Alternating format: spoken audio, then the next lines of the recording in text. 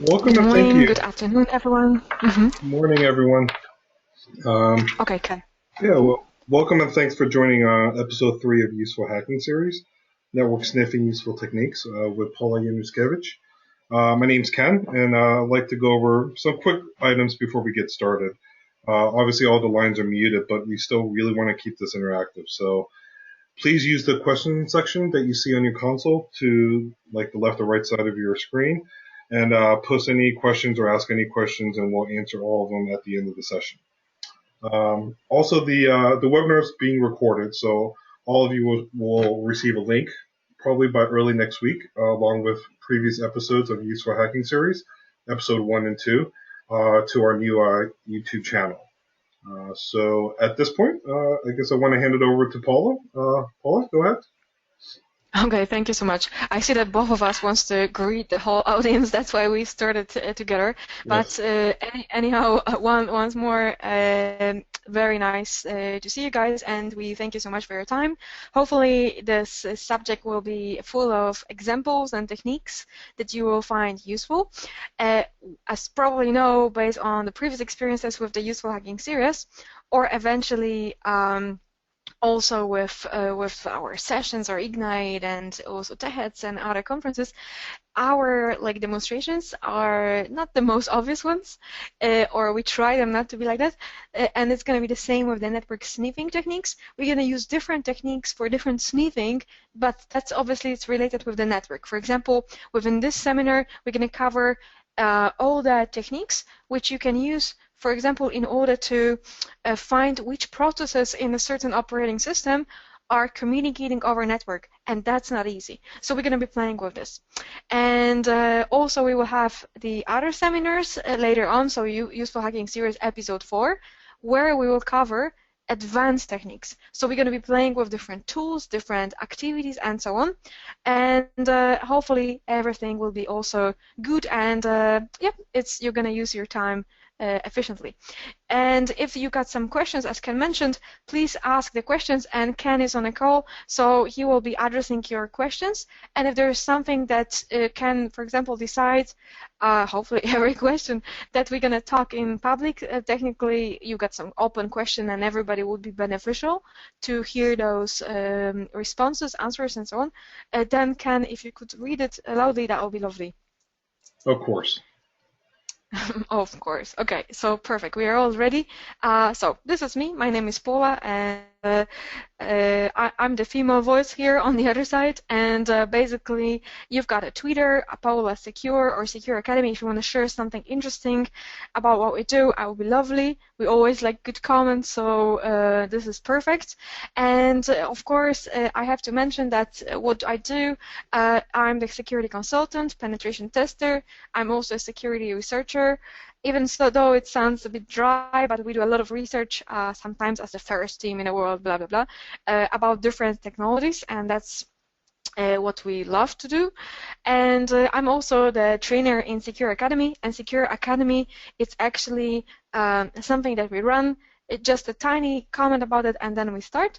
This is a series of super geeky and advanced trainings about different technologies.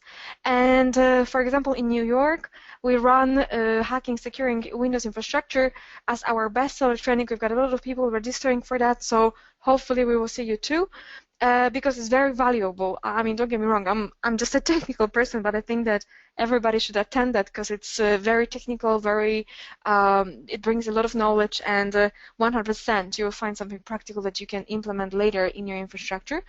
Effectively, I get also access to the source code of Windows. If you need more background about myself, well, I do not have a hobby besides technically doing what I do right now and doing all the pen test security projects. Therefore, I've been chosen the #1 Ignite speaker, which you see probably everywhere. But that's because I guess subjects are interesting, and security is always a hot subject and useful subject. Anyway, so this is the training information. We run it, this is the next edition. We run it in 2nd to 6th of May in New York. So you get plenty of time to get agreements or eventually just to come to the trainings. And I will be in person delivering that. And it's a 5 days class. It's hardcore, but you don't need to prepare yourself. If you feel you need to send us an email, and then we're going to tell you what to do. But this is a uber practical training that is divided into two parts, as you see, hacking, securing. And what we do during that time, we implement or hack in a different ways all the mistakes that are done in the infrastructure that allow us as penetration testers to get inside. So this is like uber practical because 100% of the pen tests that we do, and we do hundreds of them, or even maybe thousands, technically we manage always to do something. And not because things are vulnerable, this too, but because things are misconfigured. And on this training, we learn how to do it well, so that you are kind of, we could say, hacker-proof. Anyhow, if you send us an email to info@secureus or secureus, then you're going to get the pricing, and also everybody all the time that attends our useful hacking seminars, which we always appreciate, you got a special discount. So Ken is the guy that will respond to you. He is our regional director, so he will be able to share with you more information about it. I just only deliver the technical content. I don't even want to know, right, Ken? Yeah, exactly. Sorry, okay. So this is just the techniques. Let's start. Our academy looks like this. You can get more information about our website. And just to announce, you're going to get that information too if you send us an email. We introduced in 2016 new trainings. So system forensics, incident handling, things like that, advanced PowerShell, cloud automation, and so on. So maybe you can have a look. What is exciting from the security perspective, we have advanced threat analytics. This is the Microsoft product. It came, but you don't have much information about it. We've got that one. So hopefully if you get excited about the product, have a look, then we are happy to help, because this is a self-learning security system in order to respond any anomalies in your network. Actually, really cool. Okay, the tools, as usual, nobody leaves with empty hands. You got the tools, so go there and please download them. By the way, you might find out that our website is actually marked as dangerous because, for example, some reputation services, they categorize us this way. I don't think it's fair because it's not dangerous. It's for education. Yes. So, but of course, please, this is always something that I always say. If you're gonna find a tool that has a raccoon icon, like the small cute animal, then basically this is not a good tool. It means that it's good, but only in a separated environment, because raccoon means dangerous, means do not run it in a production environment. Anything else, it's okay. So just saying. Okay, let's start. So our presentation is actually absolutely simple. It's going to be 100% practical, because I'm going to be talking about different techniques that we can use in order to, of course, sniff the network. And let's start from the technique that I find it actually quite geeky, because it's going to be sniffing the network or sniffing the processes that communicate with the network. That sounds easy, but it will not be, you will see. And for that, we're going to use the event tracing for Windows. And this is the mechanism that allows us to ask the source truly for the information. I'm going to explain everything so that if you know nothing about that subject, perfect, you're going to be familiar. If you know something, lovely, I'm sure you're going to learn something more, because we're going to use special providers, as we call them, so information deliverers, that's going to display us information who is engaged in the whole plot. So let's have a look. I'm just leaving this part. From the agenda perspective, only to mention that we've got network sniffing idea. What does it mean? Windows and Linux, and we're going to use different techniques from different scopes. We're going to play a little bit with HTTPS. What does it mean to sniff it? Is it possible? Sure. We're going to play with different network-related issues like DNS spoofing and with the NetBIOS techniques. So this is something to have a look at. Let's begin. So hopefully you are ready. You've got a cup of coffee and I would say an additional portion of adrenaline, because there's a lot of things that are coming. Lovely. So first of all, just let me tell you a little bit about my environment. As you see, I got gazillions of different virtual machines. For that useful hacking series, we're going to use 5 only.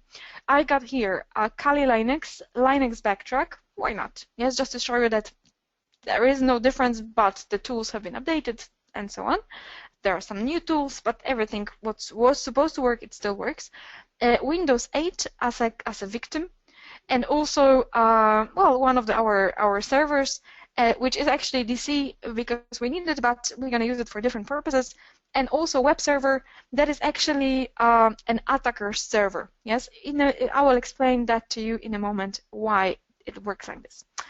Anyhow, let's start from the DC because this is a little bit of a victim too. This is from where we're going to trace the whole thing. So we're going to learn from here how to trace different issues. As you see, this is a sweet dog.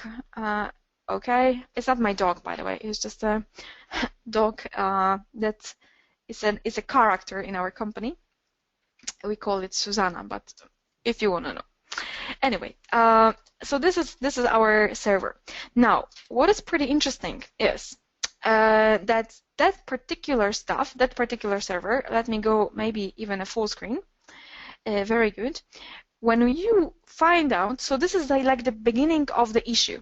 Let's go even to Task Manager. It's very easy, but that will show us what we want to see. Okay, so we've got like Ethernet. So as you see, something is happening, yes? And this is, of course, the first moment when we log on to system and things like this. But then network is quite calm. But as you see now, at the end of this graph, we have this tiny little chunks. Well, this is a big chunk that is coming, but sometimes we've got like tick, tick, tick, like things like this. So question is there a chance to define what's that? Even the big chunks though, yes, but if you do absolutely nothing, that is says something to do with the network, question is, how am I able to, by sniffing the network maybe, to identify what's happening? Because these are the chunks, and as you see, it's like something silent, something silent. So this something silent happens in average, I can tell you, 15 seconds. Because this is how that issue is working, yes, just if you're curious. But just to explain that tiny little solution, and in order to do that, let's have a hardcore session, which involves Microsoft Paint, the best graphic tool ever. And what we will do, we're going to paint the whole infrastructure, how it works. So see, this is our internal network. So we've got LAN, yes? I was never good at that. Maybe in explaining could work, but in painting, absolutely not my thing. But this is internet. Okay, and in the internet, we've got some kind of a web server. So I will put here W. And this is the web server of a hacker. Why web server? Let me explain. And here we've got another server or something, I'm going to put it bigger, which is a victim. And what happens is that some mechanism here works per schedule. So it could be, of course, scheduled task, then it could be actually quite easy. Or this mechanism, it's launched every certain time. And it could be launched by many different mechanisms, yes? It could be the process that, for example, like just runs under certain name and then it launches a certain other mechanism in order to start some process, yes, another process. So blindly saying, but then it could be scheduled task, then it could be, for example, also different services and things like this. Okay, we're gonna explain in a moment what's that, otherwise I'm gonna ruin the whole surprise. So there is this mechanism, and this mechanism communicates to the web server. Why this direction? Because technically this works actually on port 80, eventually 443, yes? And this is always allowed on the firewall. Unless we've got some filtering proxy, then, and here comes the answer, who could prevent that, but if we don't, then that's pretty much the thing. So we communicate with some kind of an address.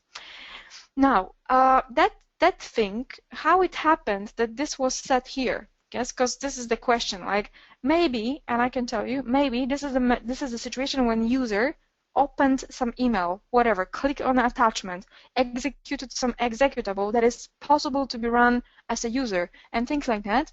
And we've got some, for example, scheduled task or whatever that is communicating with the web server, yes, periodically.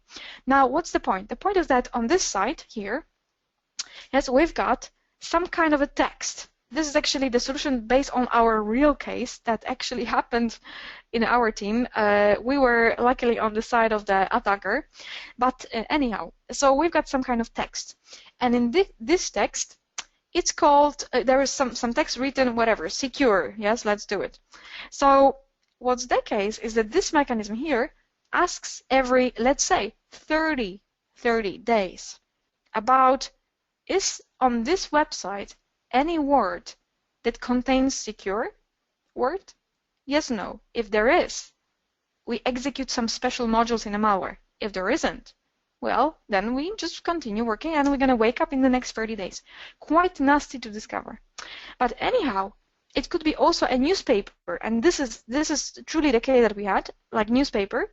And well, there are different news in a newspaper, let's say CNN or something.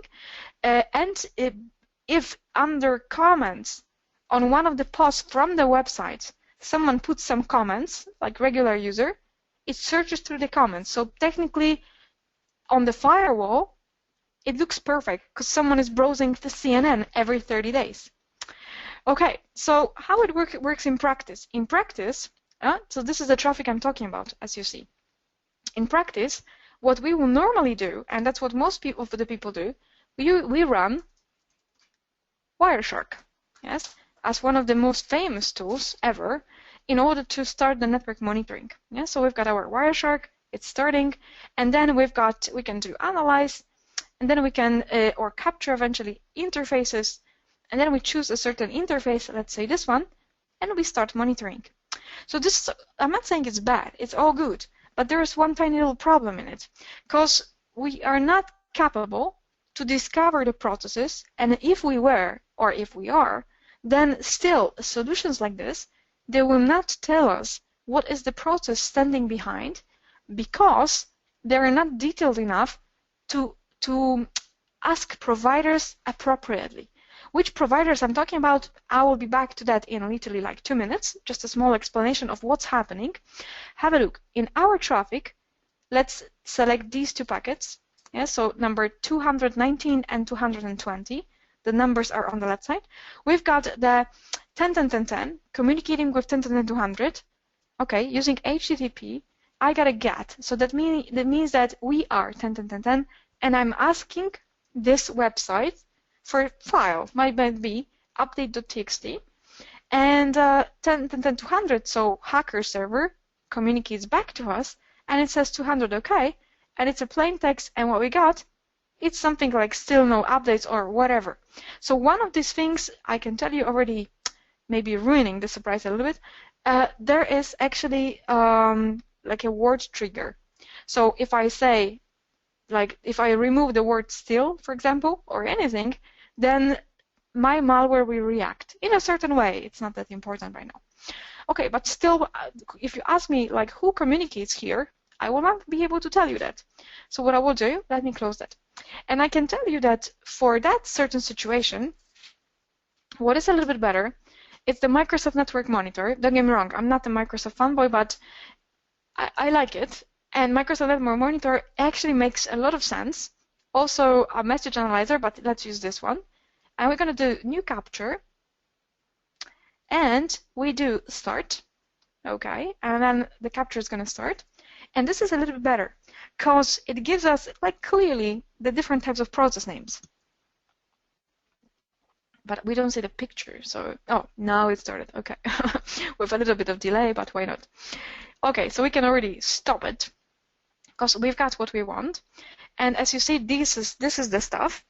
So what I will do, I'm gonna just right-click, find conversation. Maybe there's something more, HTTP, and then I've got the whole communication about what's happening. Yes. So this is only the communication that runs from us and to us. And if you want to listen to communication that goes between different computers in the infrastructure, you need to, for that, use different kinds of techniques, like, for example, RP poisoning, spoofing, flooding, and things like this, which we will do, by the way, for the DNS spoofing. So you will see. Okay, long story short, we see kind of funny situation, because who is responsible for that? It's system. And I'm always laughing that it's a system with a capital S. It means it's something important. Well, effectively, this is a system. System means nothing but NTOS kernel.exe. So it looks like it's kernel, Windows kernel communicating. That's weird. Probably not. And I will tell you right now that definitely not, because we wrote our malware to be displayed like that for the moment. So this is the situation. Anyway, we have the other processes communicating by the network here, and this is all clear. Now, question is how we are able to solve issues like this. Well, we could say Procmon, yes, and it's a good answer because Procmon searches deeper for the different types of providers of information in Windows. Now, let's get rid of that. What the Procmon does, first CMD, and what Procmon does, Procmon listens to different types of providers, but it does it really well.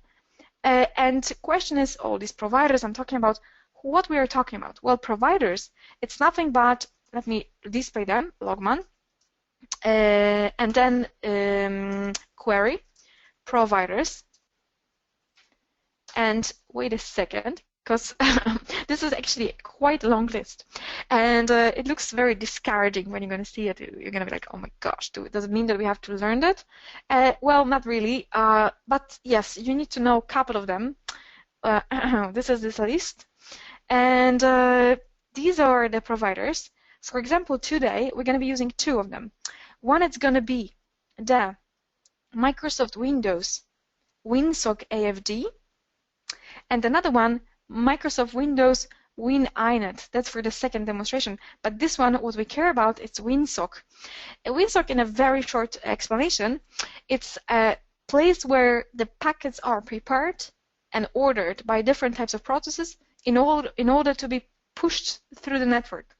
And this is exactly what we want to know, because if you want to know who communicates over network, instead of sniffing the network, which you can do, you can actually listen to the provider. And that's pretty cool if you're about to trace something.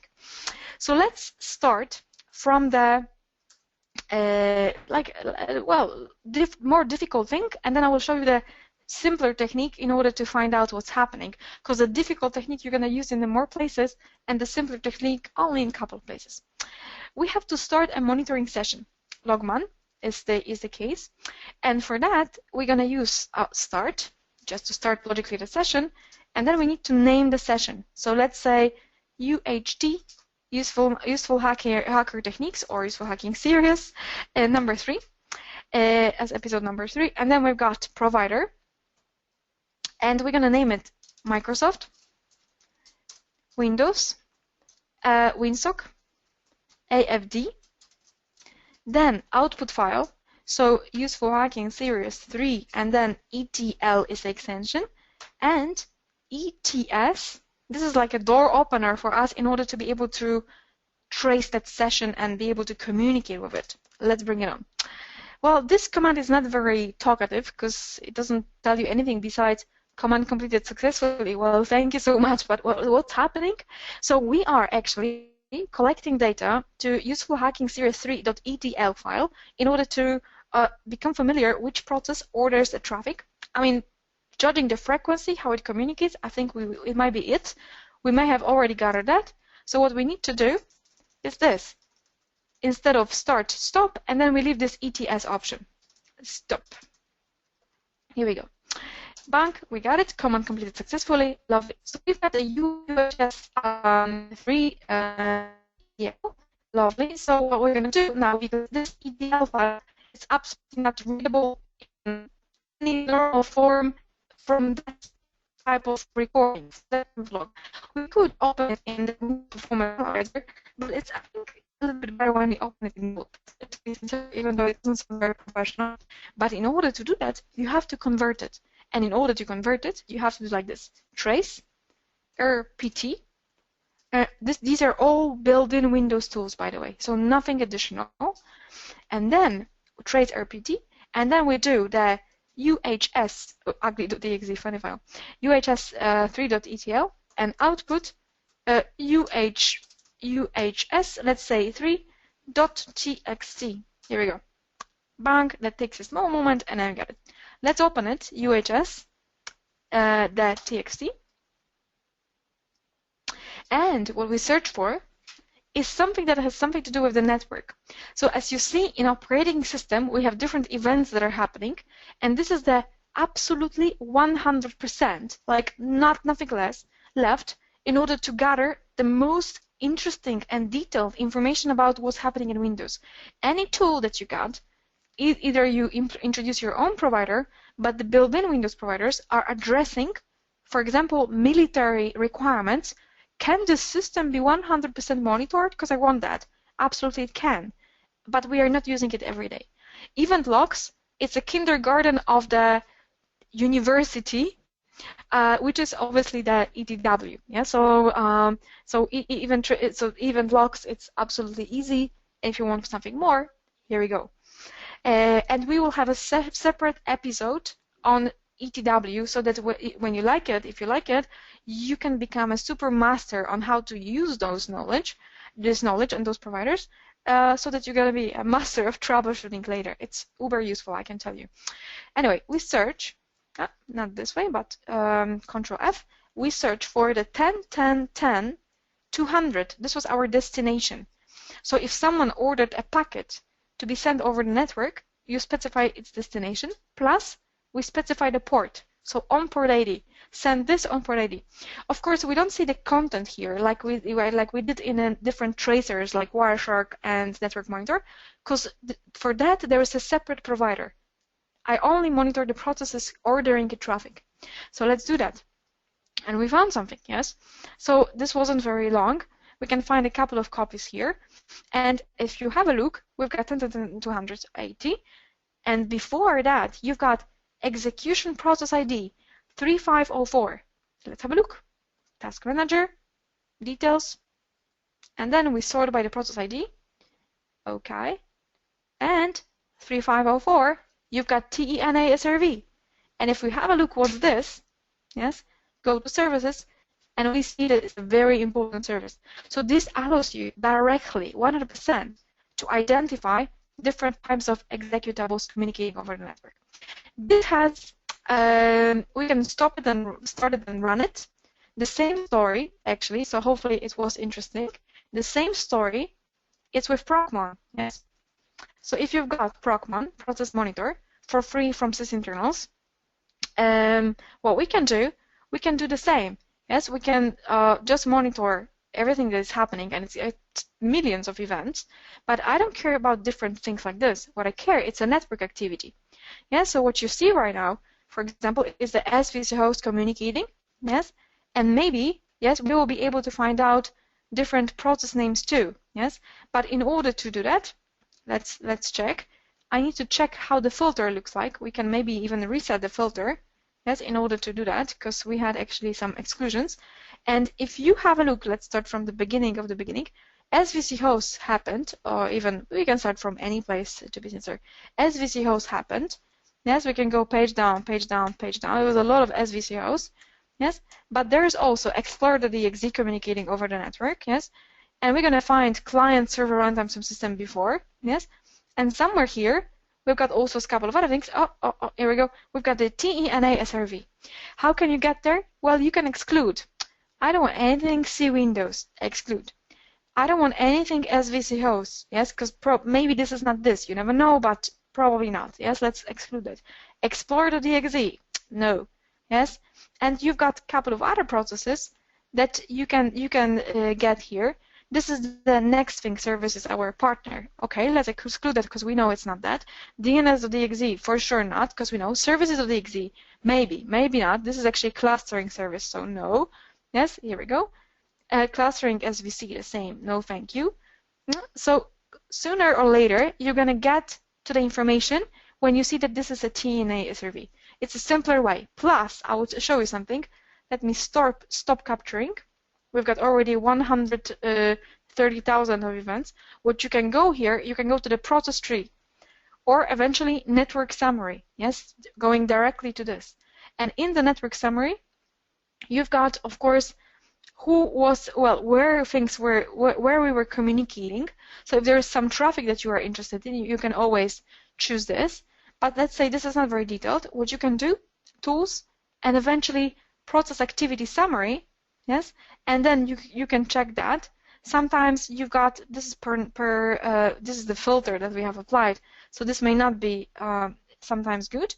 Or you can go to the process tree, and this is one of my favorites, where you are actually, and you will see exactly all of the processes and where they are, and if, for example, if there's a description, if there's a company who runs that, and things like this. So you can identify it in a little bit better way.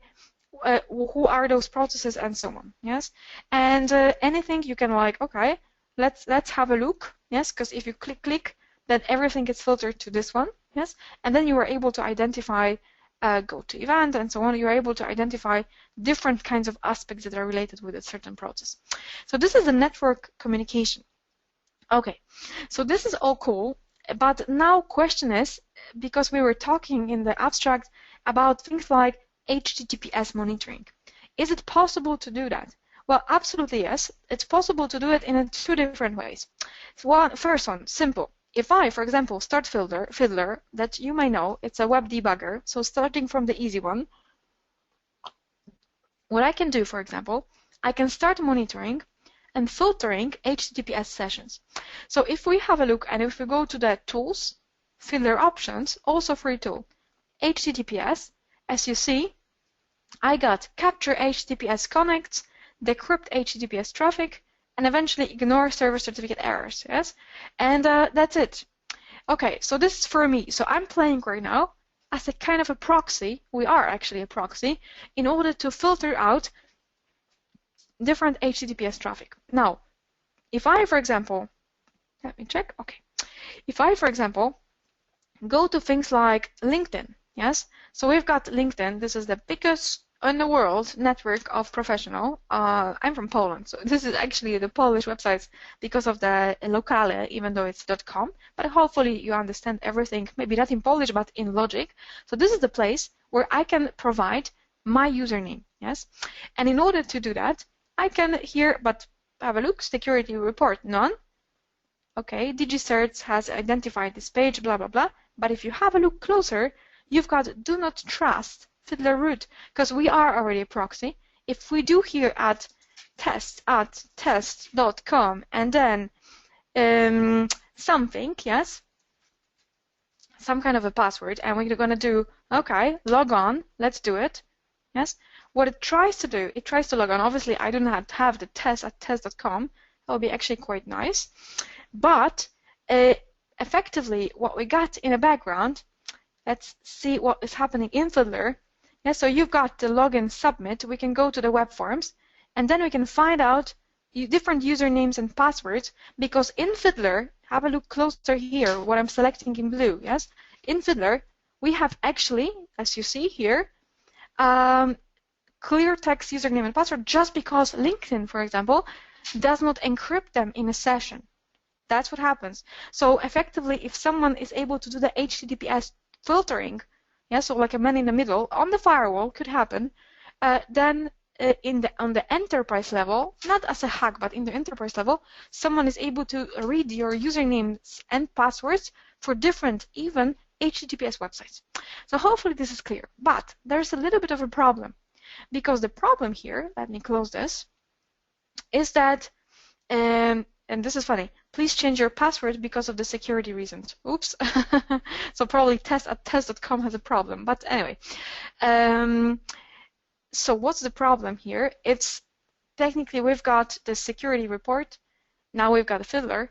But I mean, if you want to do the ugly hug, someone will not be able to, someone who knows security a little bit, they're going to see like, oh, certificate doesn't work. Oh, that means something is dodgy. I will not browse this network here, and so on, which can happen if you connect to someone's access point. Yes, that can happen. Not everybody pays attention. This is, by the way, one of the ways how we manage to get access to the infrastructures. We do spoofing for certificates, because if you have a Cisco router or a Cisco switch, whatever, or any other switch too, I mean, it doesn't matter, or any other management portal for administrators, what we see quite often is that they don't have, they do not have like a certificates that are trusted. They do not have an enterprise or from issued certificate from the enterprise on the enterprise level. That's why when they enter, they're used to see certificates that are not trusted for this kind of devices. Yeah, so effectively, they're used to that. And what's the difference for guys like this or girls like this? that when you enter the website and you are notified that, oops, this certificate is not trusted, do you want to continue? I mean, what's the difference if their certificate is original versus I spoof it? They don't even check for that, and that's how we managed to get in. Yes, because they don't check that certificate is by Paula, yes, for example, not by Cisco or self-signed, whatever. So that's what I'm talking about. But, so this is not too bad. Yes, people can ignore it. But I want to show you something different. I want to show you the situation where, and let me go back in LinkedIn, where we are able to sniff different usernames and passwords in order to, of course, get access about what's happening in the well, the whole situation under HTTPS. Okay, so let's play a little bit with this. Now, effectively, so we do not have a fiddler running. What I will do, maybe that could also work out. I'm going to enter Twitter. Yes, so let's do this. So we've got a Twitter. Yes, and we've got some username and password request. So for the different website, let's have a look. Here I've got a console. It has to be running as an administrator because you will be using the providers. But if you got some malware, yes, you could build in, and we've got a malware like this, that it runs in the back and it monitors everything that you type in HTTPS tunnels, so HTTPS websites, and it publishes this in a text file and it sends this to our website. Yes, but this is another story. But I would like to show you how this is built, how we are able to listen. So have a look. What I will do, first of all, I'm going to start. So xperf.exe. I'm going to start the session. So this time we're going to do it differently. Start, and then we're going to call it. Let's say call it WinINet test, and we're going to run the provider, which is going to be called Microsoft Windows WinINet, as I mentioned, and file mode. Let's be nice here. Circular, because it can be big. And the next thing we're going to do, a max file, maybe 50 max. Okay, and we're going to save the whole thing, yes, into xperf folder, into WinINet session. .etl. Let me enlarge the command prompt so that you see the whole thing. Yeah, so it works like this. Okay, let's do it. So we are listening to a whole thing. This time command did not complete successfully. This is kind of funny how all these tools work, because it's xperf. It's a different tool though, but it uses the same providers. But at the same time, what we will do when we got that, well, I can go to twitter.com and I can submit some name. Yeah, so it could be test channel, yes, whatever, and password's going to be, for example, Microsoft password. Let's do this. Okay, here we go. And yes, it's impossible. Yes, it doesn't work, but it doesn't care. We don't care, because what we care about is what we managed to capture in the session. And here, the same story. We will stop the session. Okay, stop. WinINet test. Lovely. And then, okay, trace that you capture contains secret information. And then what we would do, we will convert that log, this ETL, because it's created by the different tool. They're very similar. They can be converted, cross-conversion, but I would like to show you a different way so that you learn more in this seminar. We're going to do xperf.exe. Input for us, it's the WinINet session. We got this one. And basically .etl for WinINet.txt, for example. Let's do it this way, and we're going to use the action, which is called dumper. Yeah, so let's do it. So we've got that. So effectively, what we have here is the WinINet txt file, which actually allows us to analyze a little bit more what's happening in the whole trace. And as you see, it's a lot, which absolutely makes no sense to review it. So let's have a look. I will show you something. It's a little bit of a trick. We're going to do find string. And effectively, what we will do is a little bit of a trace, find string, and minus I, and then we're going to do WinINet where we've got the something that is called request header optional. Yes, this is maybe a little bit difficult. We could get a little bit more information too while we will be searching for the password maybe, but this is the name where we have sent different HTTP, HTTPS credentials, even though they are encrypted in a session. So sometimes you don't see them, but for Facebook we are able to sniff what people enter. Yes, this is also sniffing to the network, but it's a little bit more geeky. So win-inet request, and then header optional. Yes, so we can do that. And then in wininet.txt. Yes, so we can do this. Have a look what we got. And this is kind of amazing. Yes, so we can see over here, yeah, the test that we have entered. So we need to check where this is exactly. Yeah? So we've got here, have a look. Oh, hey, okay, so this was a test channel on Twitter. Password, you see, password. And this is the provider that we are monitoring here. So for Twitter, we've got this one. And this is pretty amazing because anything that happens, it was encrypted or whatever, we don't care because we are earlier.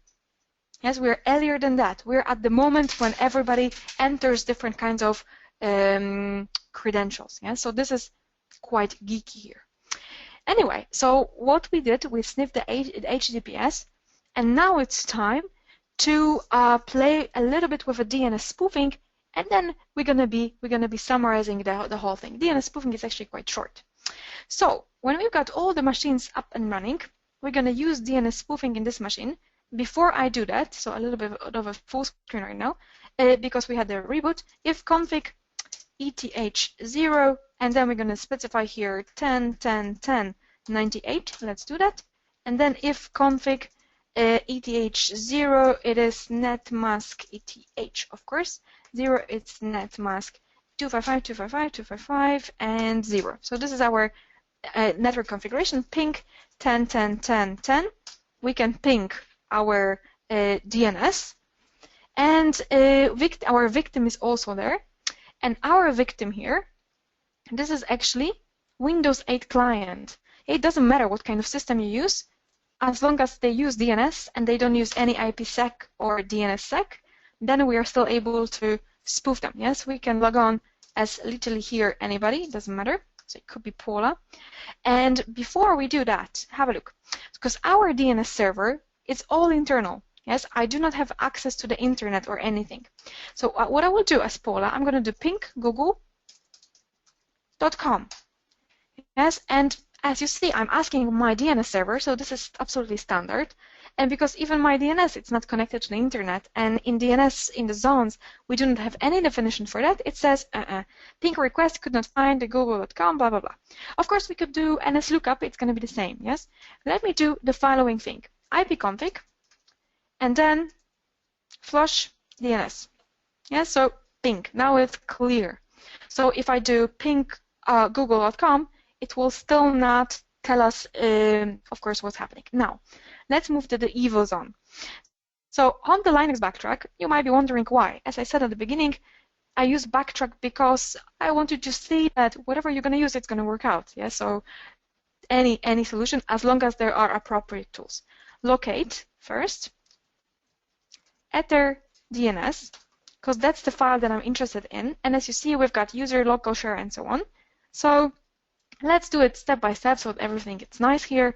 So file system, and it was, in our case, locate, user first. User. Here we go. We got it. And then we've got our share. Yes, this local first, local share. Lovely. And then we've got our Ether cap. Here we go. And then we've got our Ether DNS, which is here. Yeah, so we could use VI or whatever, but let's do it like this so that it's comfortable for everybody that hears, listens to this.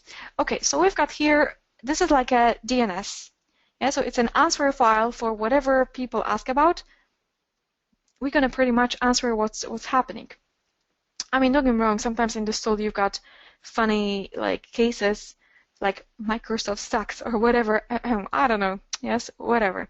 So let's have a look. Yes, so this is like some of the domains, and what we can do, pretty much, we can specify that we would like to say that anything like google.com, not www, let's keep it like this. Yes, we could make it pretty as well. It's going to be, in our case, 10, 10, 10, 98 that we had. Okay, that makes sense. So we can do save, and this is all lovely, yes, because right now the only thing we have to do is to run the attack. And in order to do that, we're going to use for that ettercap tool, where we're going to use the text-only mode, -T, -Q, so the quiet mode, because otherwise it talks too much and we want to have concrete information, -M, and have a look, because in order to be able to listen to the communication in between really Windows 8 client and its own DNS server, this guy on Linux is an absolutely man in the middle. So I have no chance in normal conditions on the switch to listen to communications like this. Okay, what do I need to do? Well, there are different techniques, but technically what we want to do is the RP flooding, yes, or RP poisoning, effectively, that we're going to send a lot of different requests on a different ports within the switch, and switch will enter something that we call a port opening mode, so, or technically opening mode, which means the switch will turn to be a hub. And as you remember from the past times, we could listen to communication in between different hosts when we were connected to the hub, because hub just forwards the traffic to all of the different ports. I can tell you right now that you could be like, okay, great, but in our infrastructure it will never work out since we have implemented port security. Okay, good for you, because that's exactly the point. Yes, not many companies do that. And effectively, if you are a network security person, this is probably already implemented. If you are not, have a look on that, because DNS spoofing pretty much works in most of the enterprises that we do the pen test in. So this is the case. How to sniff communication from host to host that we have nothing to do with. Well, let's run the attack -M, man in the middle, and for us it's going to be RP. Yeah, so we're going to fill up the RP table of the switch, and we're going to do -P, yes, for the plugin, and for that particular demonstration we're going to use then DNS spoof with the underscore spoof, and that's going to be only related to one host. From our host, let's have a look, because this is ipconfig. As you see, 10, 10, 10 to 50. Okay, so from the host 10, 10, 10 to 50, yes, when it communicates with everything, yeah, so we're going to run the spoofing like this. Bring it on. So now we are running the spoofing. The DNS spoof plugin is actually working. Ah, perfect. So you see, what's on telemetry Microsoft.com? So this 10, 10, 10 to 50 already communicated with this. And this one is fine. So we are not listening and changing anything. But have a look. What happens is that I'm going to run this on that side, and here I'm going to do ping. So ping 10 google.com. Here we go. This is spoofed. On the right side we see, and on the left side we definitely see that someone answered. So this is what we are talking about here. Okay. Now the very last thing, yes, just to show you everything from different techniques, and this is also related with the technique that is related to NetBIOS, because security recommendation right now is to make sure that NetBIOS will be absolutely not working. Yeah? So let me disable the spoofing. We can do that, or we can just keep it, whatever. And the NetBIOS, it's not working, because it shouldn't be working, because it allows for too many issues, especially in that solution with NetBIOS. We're able to flood it, or we can, for example, respond to every request. While DNS, we can implement a little bit of security. Well, we could still have isolation, like IPsec implemented and stuff like this, but if you have it, that's great. If you don't, then we need to reconsider that. And we do have actually a couple of customers that decided to switch off NetBIOS because they don't need it, especially if they need to use the short names. What they need to, or what they can use, are the DNS features that allow, obviously, to use the short names, either by CNAME or, of course, by the short names in the DNS, which is available from Windows Server 2008. So we've got for this guy 10, 10, 10, 99, and the net mask is 255, 255, 255, 0. Yeah, so let's do that. Save. And we are right now in the same network. Now, what I'm going to use in here, it's a responder technique. And that responder is actually quite easy because responder for NetBIOS allows us to communicate or to capture all the different NetBIOS queries and effectively respond to them. Because let's have a look, I will show you. Responder, yes, it's a piece of software, we got this, that allows us to respond, as I said, of the different NetBIOS queries, but also we're going to use different parameters. One of the parameters we're going to use, it's -R. So this option, F first. This option allows you to fingerprint a host that is issued by NBTS and so on, and by the different types of queries. We can do this, or we can use also something more interesting, which is the capital F. Yes, if we want to have, of course, authentication requests when someone asks for the WPAT. So WPAT, it's the proxy configuration. Yeah. So let's see how that's going to work. Minus the small r, yes, R, it's this to enable answers for different queries. We could summarize it this way. And then eventually -D, yes, to enable answers for that also different domain suffix queries. Okay, let's do it. So we're going to do this. Responder, and also minus, in our case, the IP address to redirect the traffic to. You see, so usually yours. We can do that, yes? And everybody that's going to be asking for the different hosts, then they could be redirected here. Yeah? So in our case, this google.com, for example, it should be spoofed to 99. Yes, not to the Linux box, but to this one. Yes, effectively we could do this. Yeah, so we can rerun the attack. Yes, and basically here we go, and we could address right now a different host. Yes, and on the client machine, what we could do is the same IP config flash DNS. Yeah, and if we do ping google.com right now, what we have is the answer not from 98 but from 99, which is perfect. Okay, so this was a quick DNS spoofing, and here we redirect the traffic, for example, to 10, 10, 10. We could do this 99, yes, which is our IP address, -R, -D, minus capital F, for example. Let's do it. So this is the monitoring. What happens right now, we're going to capture not only the different types of logons and so on, but also different network authentication requests. And we are almost done.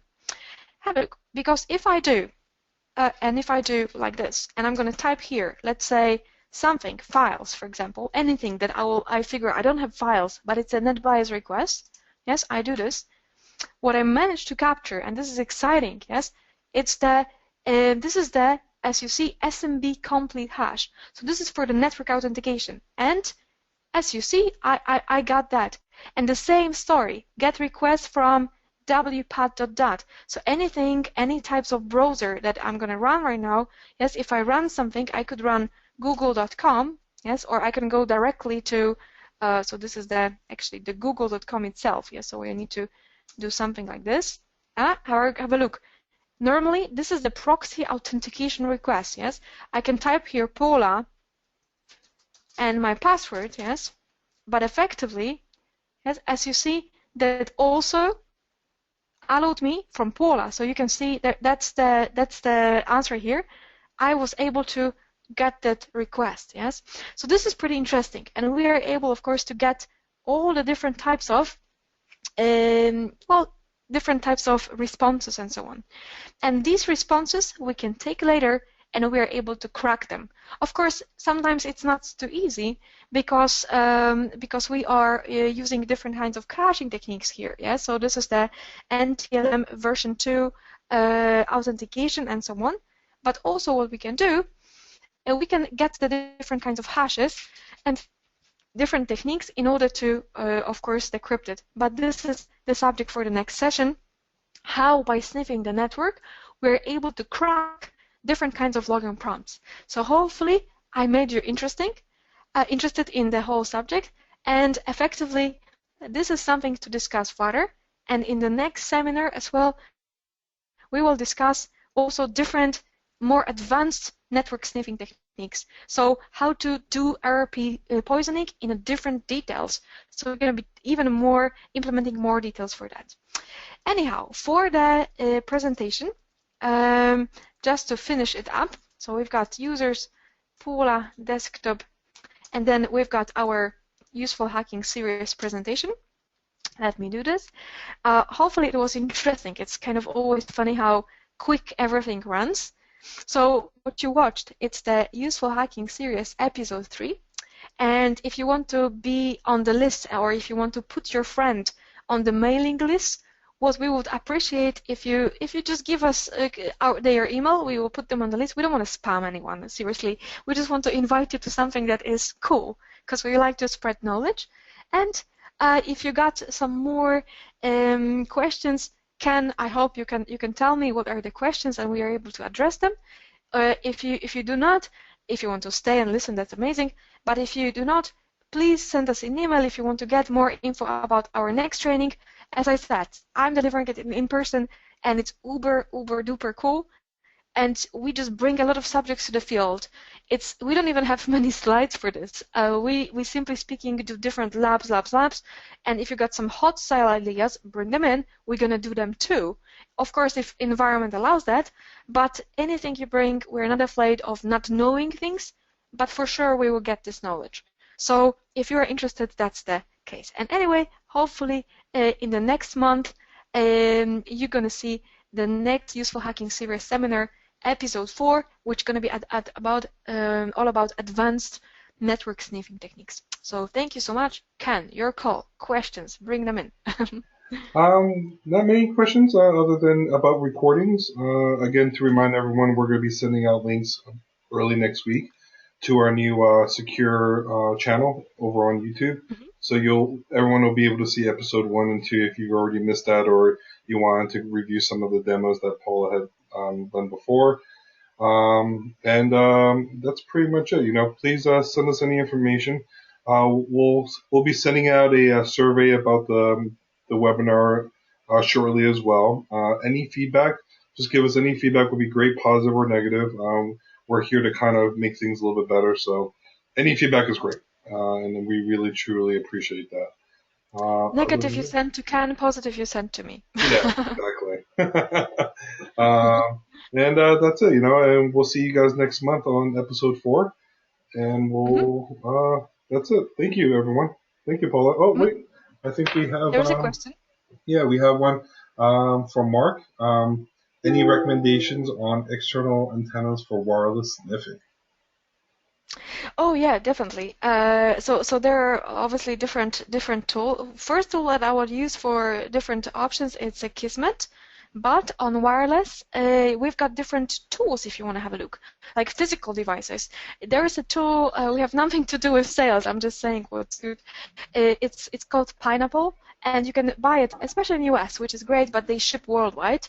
So it's called Pineapple device, and it's a small toy that I think it's like $100, where you basically launch it, and then you can sniff anybody that connects within the wireless. That's the first thing. And you can do also different DNS spoofing over there. So it's a little bit more advanced. But if you request a subject, why not? I'm happy to show you how to do that on the real live environment.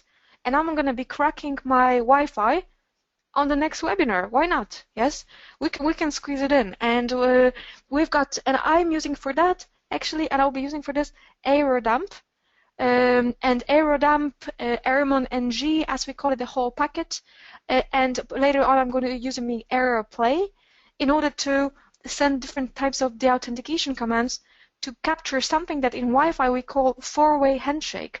And Aerodump, Airmon, AirPlay, these are the 3 tools, eventually AeroCrack, that I would recommend. And I think they are like classics. Yeah, so Kismet is good. But basically, the tools that I've mentioned are even better because they're like super easy to be used. And I'm happy to show it on the next webinar. I think it might make sense if you want us to do it. And by the way, if you got some suggestions for the subjects, what you want to hear about on the Useful Hacking series, bring them on, because I'm super curious. What do you guys want? Because for now we pick the subjects that we think are interesting, but if you think like maybe something more interesting, yeah, tell us, and we're gonna do it for you. So no problem. Yeah, any suggestions, definitely send me an email or to info@secure.us, and we'll adjust accordingly to you guys because I think we can do some nice things for you. Ken's email is ken@secure.us, like, the Barbie's husband. So this is Yeah, Ken. exactly. Yeah. Haven't heard that one before. There you go. You can always learn something here.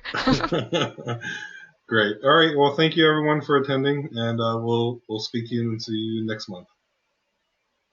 Lovely. Cheers. Thank you so Thank much, you. guys, and have a great afternoon. Thanks. Bye bye.